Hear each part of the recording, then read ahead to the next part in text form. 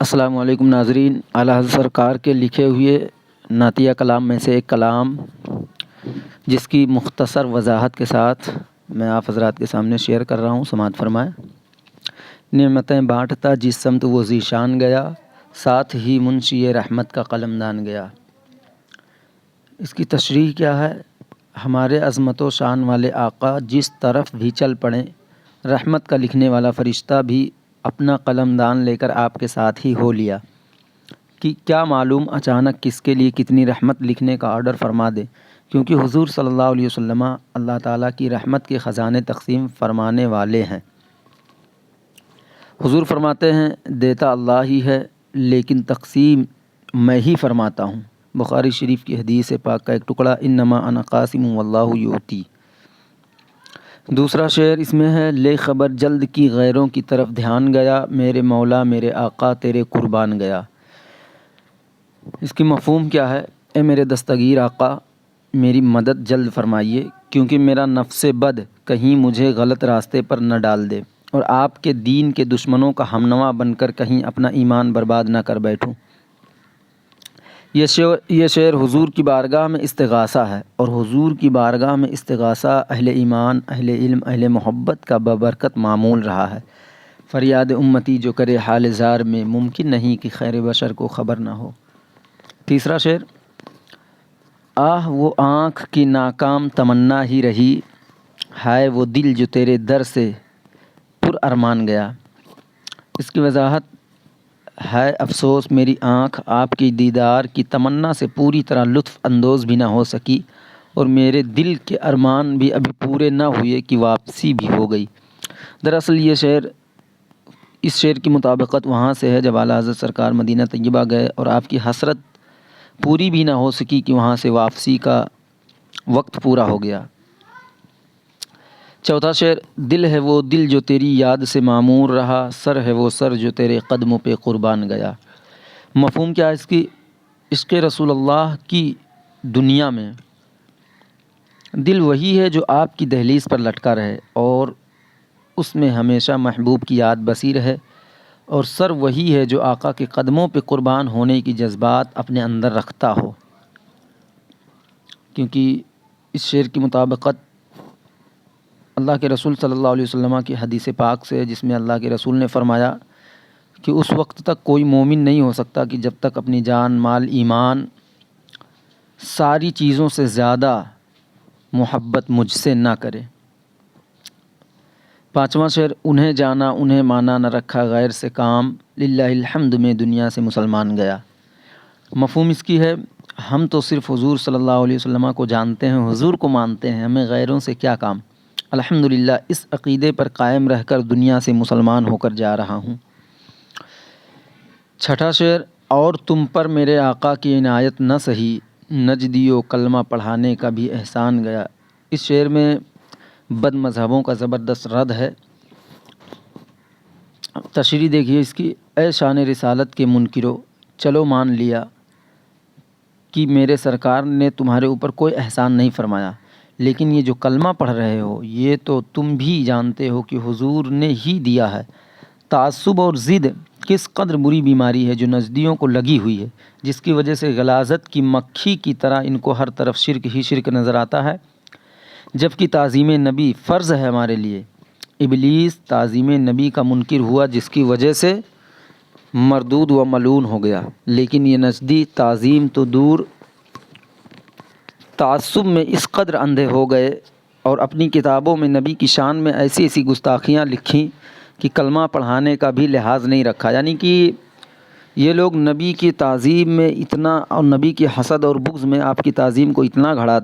گھٹا دیا اور آپ کی شان میں ایسی ایسی گستاخیاں کر دی کہ یہ بھی بھول گئے کہ ہمیں نبی ہی کے صدقے میں سب کچھ ملا، ایمان ملا، قرآن ملا، حتیٰ کہ اللہ رب العزت کو ہم نے جانا تو نبی ہی کے صدقے میں ساری چیزیں، یہ تک بھول گئے۔ بغض اور حسد میں اپنی کتابوں میں انہوں نے اتنی گستاخیاں کی، ان کے پیشواؤں نے اپنی کتابوں میں اللہ کے رسول صلی اللہ علیہ وسلم کی شان میں بہت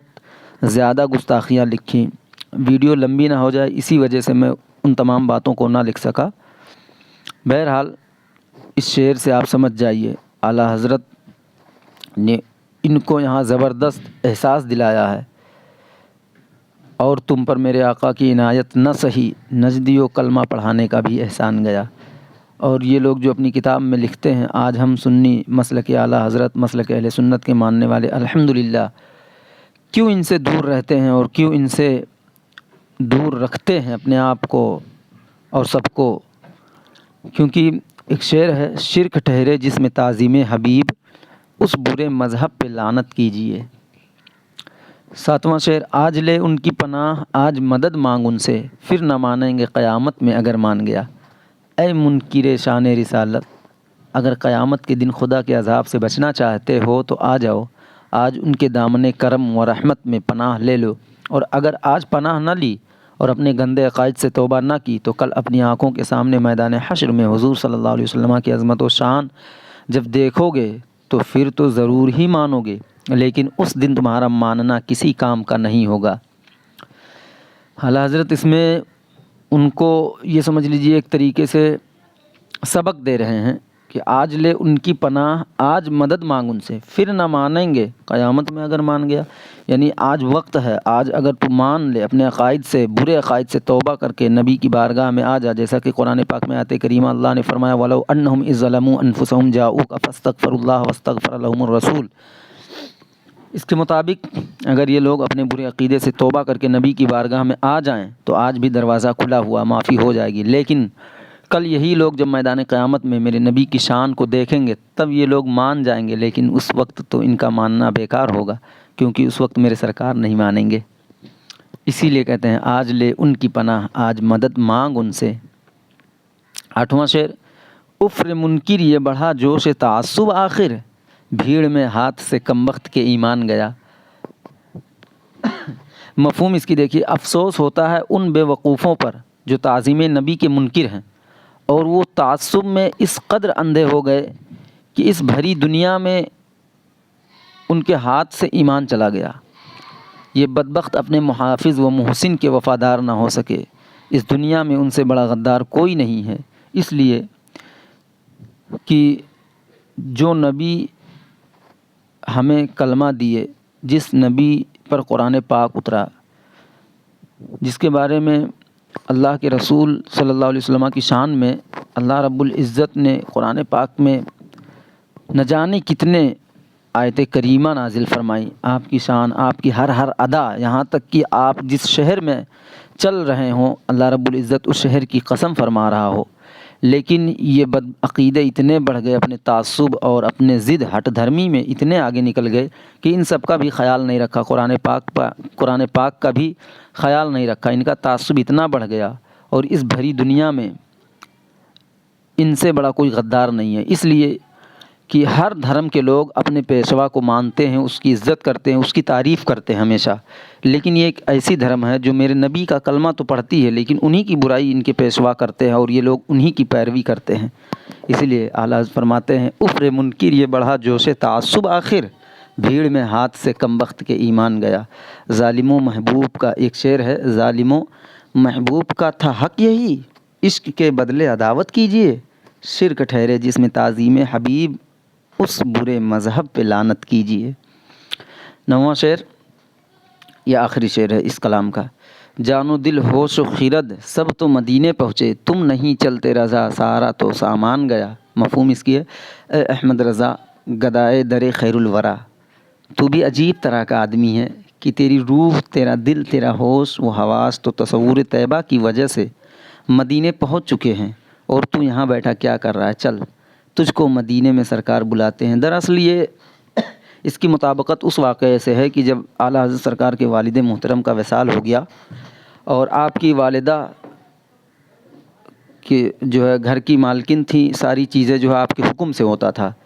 تو جب حج کا وقت آیا تو آپ کی والدہ نے فیصلہ فرمایا، حکم دیا کہ اعلیٰ حضرت کے بڑے بھائی علامہ حسن رضا خاں کو، اور اس وقت اعلیٰ حضرت کے دل میں خواہش تھی کہ شاید میرے لیے اجازت مل جائے، لیکن اس وقت اعلیٰ حضرت کی والدہ نے آپ کو اجازت نہ دی اور حضرت استاذ زمن علامہ حسن رضا کو اجازت دے دی۔ جب اعلیٰ حضرت سرکار اپنے بڑے بھائی کو لے کر کے سمندر کے کنارے کشتی پر سوار ہونے کے لیے جا رہے ہیں تو آپ کے مریدین اور آپ کے خلفاء فرماتے ہیں کہ اعلیٰ حضرت اتنا رو رہے تھے اس وقت مدینہ شریف کی تڑپ میں اور نبی کی چاہت میں کہ ان کا رونا دیکھ کر کے ہم لوگ خود ہی رو رہے تھے۔ یہ ان کے مریدین کا فرمان ہے، ان کی سیرت اور اعلیٰ حضرت کی جو ہے سیرت کی کتابوں میں یہ بات پائی جاتی ہے۔ تو اس وقت اعلیٰ حضرت نے فرمایا، اعلیٰ حضرت نے اپنے ہوش و حواس کو دیکھا، ساری چیزیں سارے خیالات اعلیٰ حضرت کے جو مدینہ شریف کی طرف ہے۔ اس واقعے سے اس شعر کی مطابقت ہے، جان و دل ہوش و خرد ہوش و حواس سب تو مدینے پہنچے، تم نہیں چلتے رضا سارا تو سامان گیا۔ اس کے بعد ہوتا یہ ہے کہ جب آپ واپس لوٹ کر کے آتے ہیں تو آپ کی والدہ آپ کو بھی اجازت دے دیتی ہیں۔ اور اعلیٰ حضرت سرکار کا حال یہ تھا، اور ظاہری جسم نہ بھی جا سکے تو پرواہ نہیں، کیونکہ حب احمد ازل ہی سے سینے میں ہے، میں یہاں ہوں میرا دل مدینے میں ہے۔ میرے چینل کو آپ حضرات زیادہ سے زیادہ شیئر کیجیے، سبسکرائب کیجیے اور لائک بھی کیجیے۔ السلام علیکم ورحمۃ اللہ۔